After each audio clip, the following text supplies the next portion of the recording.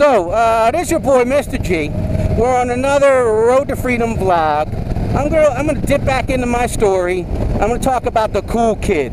Everybody grew up with that kid, the coolest kid, right? And they really, you know, if you're a motorcycle guy, cool matters to you. And I want to talk about Johnny Morton.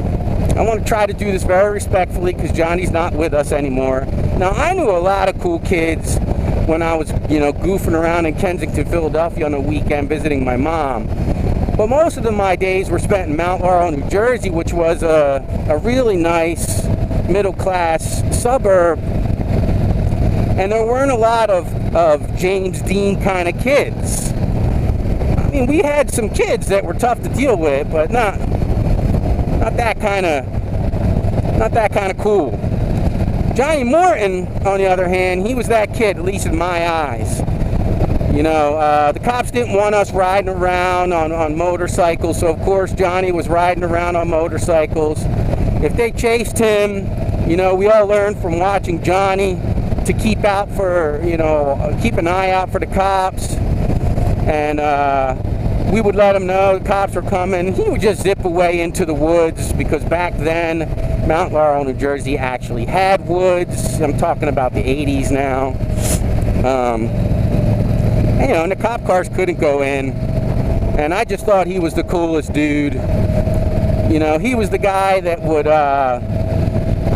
stop on his motorcycle. Of course, they knew to chase him because half the time he wasn't wearing a helmet. And it's mandatory in this area. And he was on this really high, like, dirt bike. And he would stop and whip out a pack of cigarettes. You know, all the Mount Laurel kids were just like, oh my goodness, can you do that? You're just gonna smoke right here in front of everyone? And of course I had seen a lot worse than that in Kensington. But I still thought, like, Johnny was one of those Mount Laurel kids. He wouldn't have had no problem rolling in Kensington with a rough and tumble crowd. And he was just kind of the only one of his kind all the way up through high school. We weren't best friends or anything like that.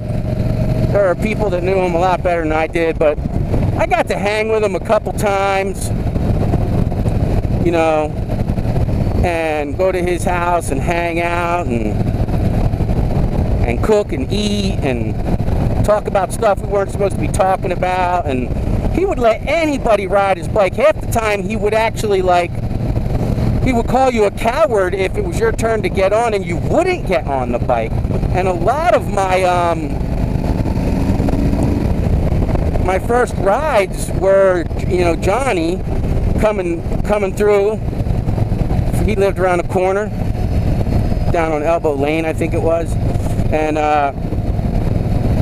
you know, everybody would crowd around him, and he'd be like, you get on the bike, and then it was your turn.